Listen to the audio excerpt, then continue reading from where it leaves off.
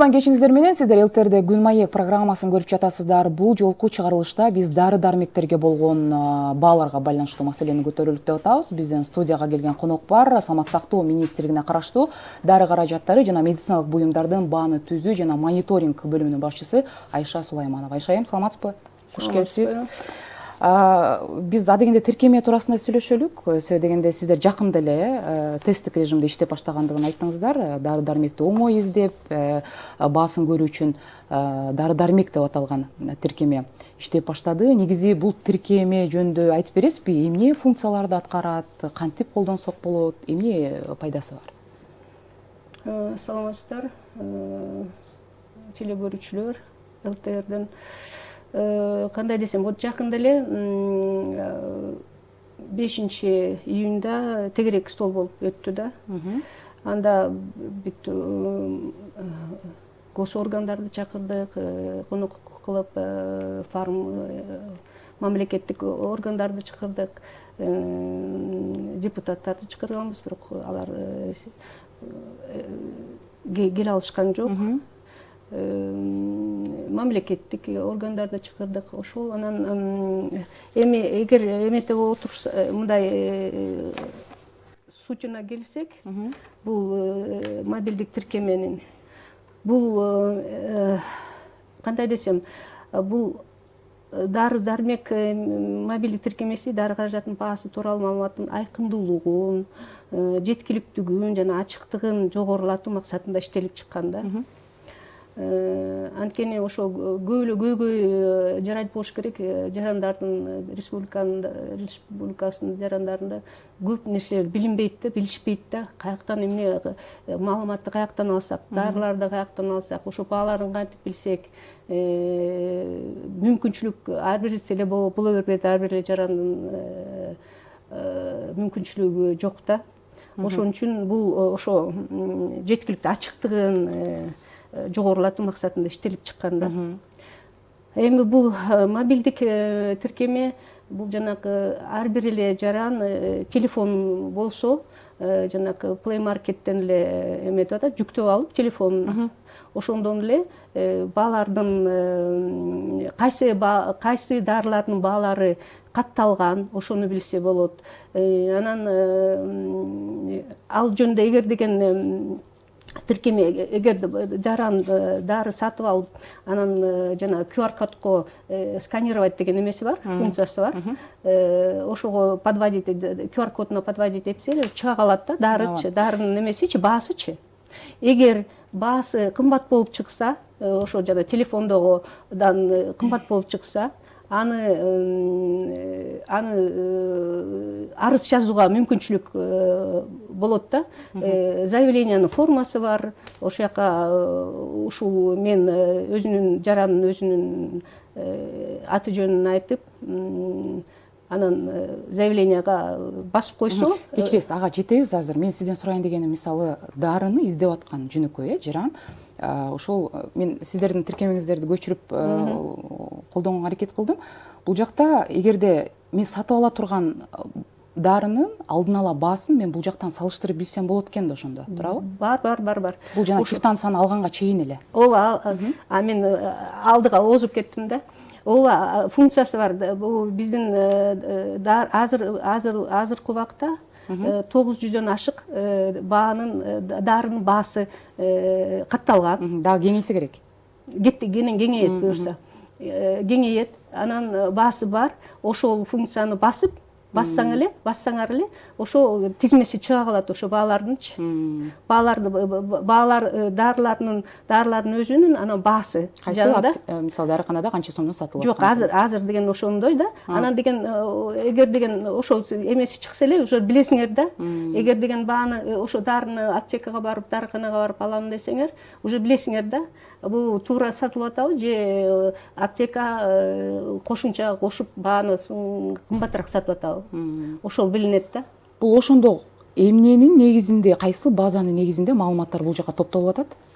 Биздики могуреки электронная база данных деген департаменттин бир 5-6 жылдан бери иштеп атпайбы? Ооба. Анан ага 23-жылдан бери жанагы система прослеживаемости деген бар. Ага QR код жанагы обязательно бул бияка биздин Кыргызстанга түшкөн дарылар келген дарылардын баары QR код коюлуп, анан ошол базага кире берет да. Аны деген эми киргизгенин себеби бул от завода производитель до потребителя деген эме бар да, мындай функциясы бар да. Бирок жанагы 100 сомго жакын ошо прослеживаемостька 100 сомго жакын төмөн дарылар кирбейт, маркировкаланбайт, маркировкаланбайт. Анан ошол негизи эметип атат. Анан биздин деген бааларды түзүү модулу бар, ошо ЭБДга. Ошо биздин баалар менен, анан деген система прослеживаемость менен ошонун негизинде бул мобилдик тиркеме разработано. Бул негизи эле буга чейин билебиз, эми айрым бир дарылардын көбүнчөсү онкологиялык ооруларга байланыштуу ошого керектүү, эми ал өзүңүзчө жогоруда да айтып өттүңүз, буга чейин албетте онкологиялык дартка келгенде аны түрү бар, бирок ошол доктур ошол рецепт менен ошол дарыны колдонуш керек деп жазып бергенден кийин ошол дарыны издегенде көпчүлүк учурда табылбай калып жатат деген маселе чыкпады. Ошондон улам ушу тактоо иретинде база, маалыматтык базаны сизден сурап атам да.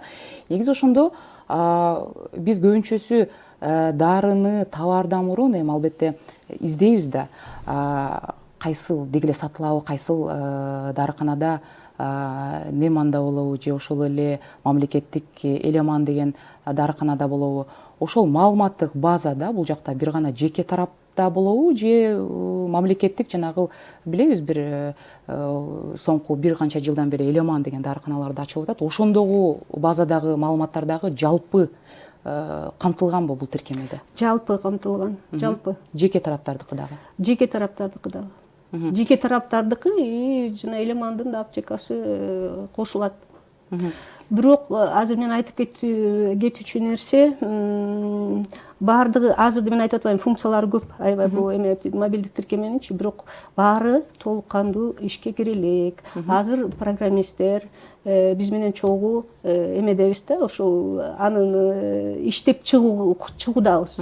А жанакы толук кандуу киргени жанакы биздин дарылардын бааларын каттоо толугу менен чыга калат.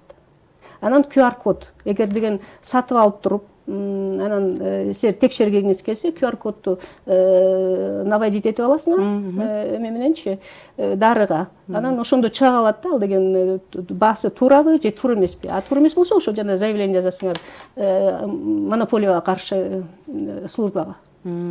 Ошол жакта жазылган арыз ошол жака түшөт турбайбы? Ооба, ал сразу ошол жака түшөт. Негизи ошол сиз айтпадыңызбы, азырынча бир 900дөй дарынын тизмеси бар депчи, көбүнчөсү ал эмне болгону дары-дармекте болуп калып атат? Ал дарылар бул 292 токтом постоянный правила деп. Буга чейин убактылуу эрежелер болчу, алар пилоттук болуп, жана айтып атпаймынбы, ковиддик дарылар, анан жана ФОМСтун льготный программадагы дарылар кирчү да. Алар пилот болуп отпилотировали. А эми 23-жылдан баштап постоянный правила ошо жанакы улуттук жашоого маанилүү дарылардын тизмесине кирген дарылар да. Ошону биз как раз ошонун бааларын каттайбыз. Ошол эле кезде кайсыл ушул маалыматтан кайсы дарыларды таба албай калышы мүмкүн? Анда кандай издегенде эмне маалымат чыгат ал жакта? Эми биз деген мындай да жанагы ошо электрондук базага алып келген эле дарылар, ошо электрондук базага кирип ошол жактан карай алабыз да. Анан деген көп дарылар биздики кирбейт. Көп дарылар ошо жана орусча ПЖВЛС деп коюп атпайбызбы? Жана жашоодо маанилүү дарылардын тизмеги көбүнчөсү кирбейт экен. Вот биз санап көрдүк, 2000 дары кирсе, ошону бир мындай кайталана берет экен да, көп дарыларларчы. Ар бир эле дарылар көп эле жанакы мындай көп колдонуучу дарылар утур эле кайталана берет. Саны көбөйө берет, бирок деген утур эле кайталана берет. Анан ошон үчүн көп дарылар бизде катталган эмес да. Ошон үчүн азыраак болуп атат да, ошо биздин бааларын жанагы ошо дарылардын баасын каттагангачы. Бул жакта дарыканадагы мындайча айтканда запастарды тууралуу да маалымат берилет экен да. Бул эмне болгон маалымат? Ал деген жанагы ал эми бул жанагы система прослеживаемости деп атпаймынбы? Ошо система прослеживаемостька эме да, ошолор аныкташы керек да. Анан азыр андай кылып атышабы, кылбай атышабы азыр мен айта албайм да. Ошол эле учурда биз эми дарылардын албетте түрү көп, өзүңүз жогоруда айткандай курамы бир, бирок мындай аталыштары ар башка болгондой дарылар бар эмеспи? Ошолордун баасына болгон мындай жанагындай эме үчүн айырмачылыктар бар деп айтат да көп суроо. Ошол боюнча түшүндүрүп бересизби? Туура бар. Ал деген жана орусча айтканда МНН деп коет, МНН, международно непатентованное наименование деп коет. Анан торговый наименование. Ар бир завод, өндүрүүчү завод, дары өндүрүүчү завод өзүнүн дарысын башкача атайт да. Жанагы билесиңер да, бууруки метронидазол деген дары бар эмеспи? Ал деген МНН. Метронидазол деген это международно непатентованное наименование. Анан трихопол деген дарыны билесиңер да? Трихопол деген ал венгерского производства, Гедеон Рихтердеки, ал торговый наименование болуп кетет. Анан ошондой эми метронидазолдун толтура аталышы бар. Ар бир завод өзүнүн мындай өзүнүн атын коет да.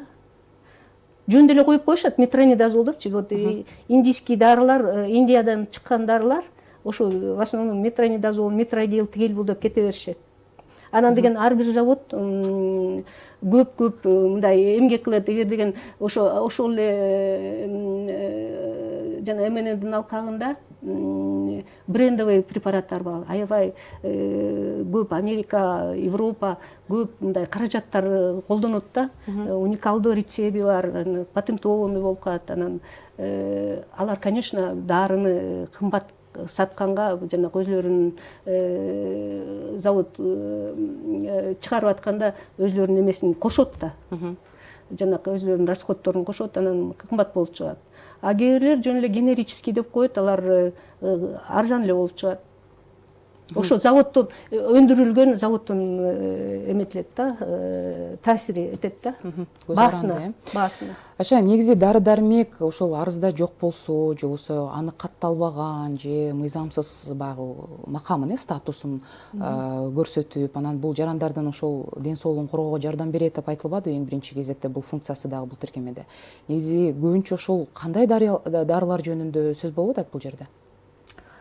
Бул жерде мобилдик тиркемедеби? Мобилдик тиркемеде эми айтып атпайм, функциясы аябай көп. Негизи вообще биз эң биздин башкы максатыбыз жана ошо жана катталган бааларды жок дегенде ошо дарылардын катталган баасы элдерге жетсин. Аптекалар ошол дарыканалар ошол бааны ошо баасынан ашпасын деген ой максатта. Анан айтып атпайм, жана элдик контроль болсо жакшы болчудай да. Бизге сразу жетет ал деген. Анан деген бул эгер деген ошо биздин жарандар ушундай немени колдонуп туруп, ай бул аптека бул жерде аябай кымбат сатып аттыр, ошону билгиле. Анан деген штрафтар аябай азыр көбөйдү да. Штрафтарды салса эле уже аптекалар деле аны уже мүмкүнчүлүк уже эч жака кете алышпайт. Кымбат сатууга алардын укугу жок негизичи.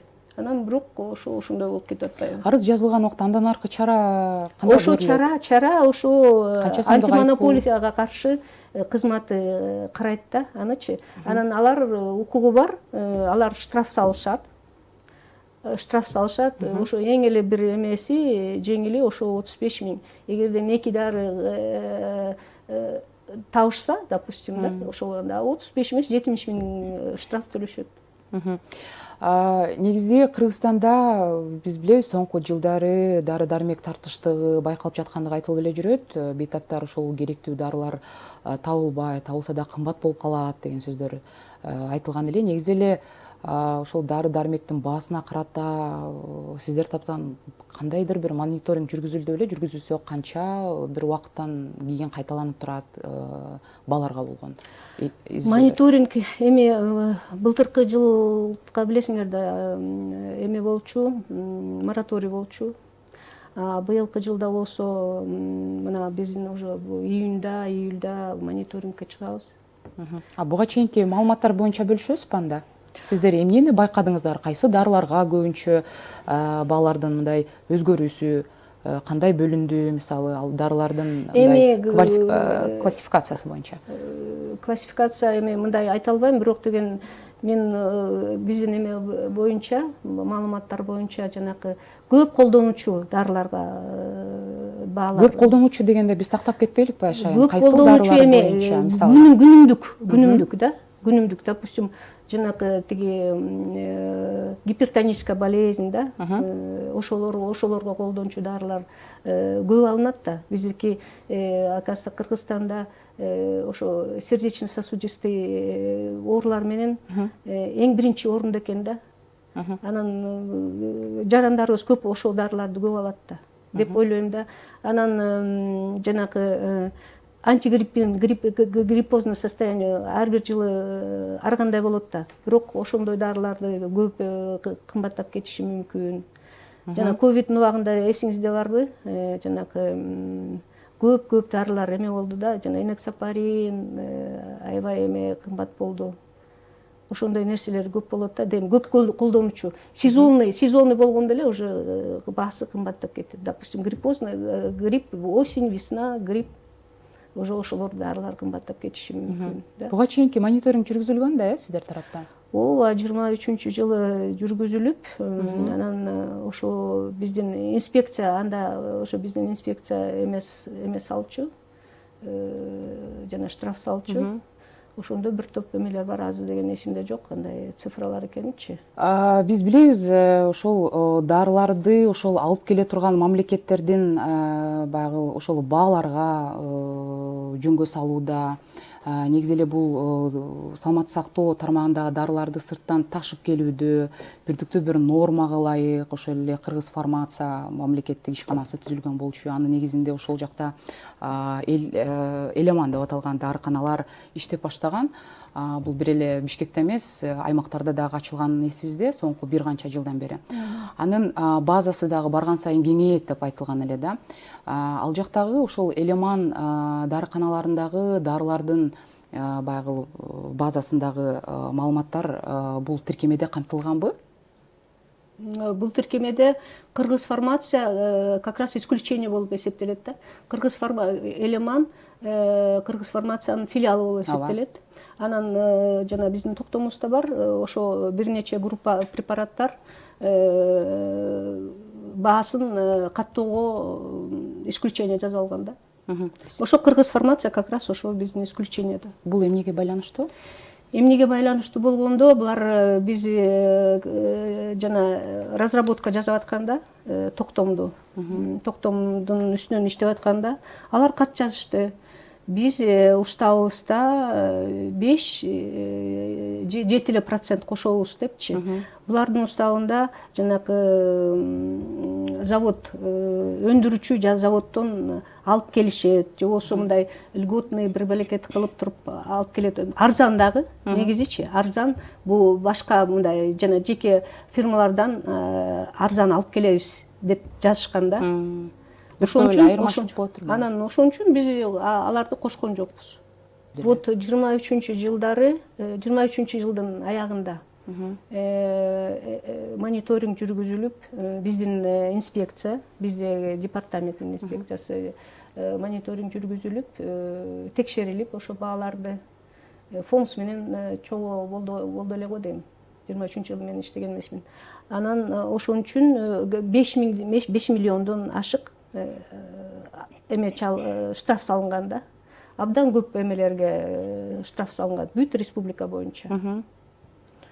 Анан 24-жылы эме мониторинг болуп калды. Вот эми мына азыр буюрса баштайбыз. Ошо кандай учурлар болду эле? Мисалы, сиз айтып атпайсызбы, биздин чама чаркыбыз жетпейт деп атпайсызбы, ошол жана аймактарга чыккангачы. Сиз Ош менен эле Бишкекти айтып жатасыз го. Жок, бүт республика боюнча болгон. Бул ошол текшерүүнүн функциясы жөнүндө мындай механизмин сурайын деп атам да. Сиздер кандай физикалык түрдө ар бир дарыкананы текшерүүндө кыдырасыздарбы же кандай, негизи кантип ишке ашырасыз? Мындай кылат да. Вообще биздики азыр мындай эле болот да. Мониторингдин итогун эле тиги биз кимге беребиз? Службага беребиз, жана антимонопольный. Ага чейин Кайсы маалыматтын негизинде сиздер чогултасыздар ошол балаларга болгон? биз деген регистрация жасайбыз да. Мына жанакы биз 900 наименованияны ар бир аптекага биздин эмебизде, планыбызда бар. Ар бир аптека графиктагы эметилген да, утвержден. Ошо аптекага киребиз. Анан ошо жазабыз да ар бир дарынычы 900 дары бар болсо ошонун баасын фиксируем. Биздин өзүбүздүн карагастаргачы. Эми биз ойлоп атабыз бууреки тиркемедечи, мобилдик тиркемеде. Жок, бул тиркемеге чейинкин сурайын деп атам да. Буга чейин кандай ошол мониторинг жүргүзүлгөндө сиздер физикалык түрдө сиздердин кызматчыларыңыз ар бир дарыканаларды кыдырышабы, э? Кыдырышат. Кыдырып, анан фиксация жасашат. Анан биз результатын чыгарабыз. Анан эгер деген баалар эме болсо, кымбат болсо, анда значит ошо эмеге антимонопольныйга беребиз. Менимче бул тиркеме иштелип чыккандан кийин ошол ар бир бааларга мындай салыштыруу иретинде маалымат ала турган болсо, бир эле сиздер эмес, мисалы жарандар колдоно ала турган болсо, анда сиздерде кийинки ошол бааларга болгон көзөмөл кандай, функциясы мындай өзгөрүлөбү, ошол аткаруу жаатында, мисалы ошол эле маалыматты сиздер деле бул тиркемеден алсаңыздар болот да, себеби ошо биз эметкен койгон баалар да тиркемеде. Жок, ооба, сиздер койгон баалар, бирок ошол эле кезде башка аптекаларда, дарыканаларда сатылып аткан баалар боюнчачы мониторинг жүргүзгөндө ушунун негизинде негизделген эле маалыматтар топтойсуздарбы, же сиздер дагы башкача дагы механизмдер ишке ашырып, жана физикалык түрдө кыдыруу болобу? Азыр ушунча эле, ошол эле кыдырып, ар бир квартал сайын кыдырабыз. Ар бир областарга барып. Негизи канчалык сиздер объективдүү маалымат бересиздер деп ойлойсуздар ошол дарылардын бааларына карата? Терең изилдөө, себеби дегенде ушул саламаттык сактоо министрлиги ошо дарылардын баасына көзөмөл, албетте көз карандысыз деп айтсак болот андай адамдарды. Негизи терең изилденген мониторинг жүргүзүлбөйт деп айтылат да. Эми, конечно, каражат эме керек да, ресурсы керек. Бизде Ошто филиал бар. Баалар боюнча бир специалист иштейт. Бир жалгыз бир специалист. Ошо 3 областка бир специалист. Анан бул жакта биз үчөөбүз иштейбиз. Ошо анан бул бөлүмдө ушунча эле адамдар иштейсиздерби? Аз. Бул бирден бир адам фактору турбайбы, бул жакта мисалы адамдын. Ошон үчүн автоматташса жакшы болчу да. Биз ойлоп атабыз ушу бууреки дагы эле мен айтып кетейин, ушу мобилдик тиркемеге ошол функцияны да кошсокпу деген ойдобуз да, мониторинг кылуучу.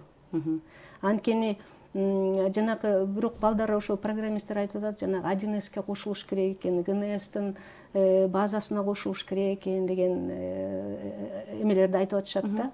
Бирок биздин оюбузча, биздин пландарыбыз менен ушу именно мобилдик приложение менен ошо мониторинг жасап жүрсөкпү деген ойдобуз да.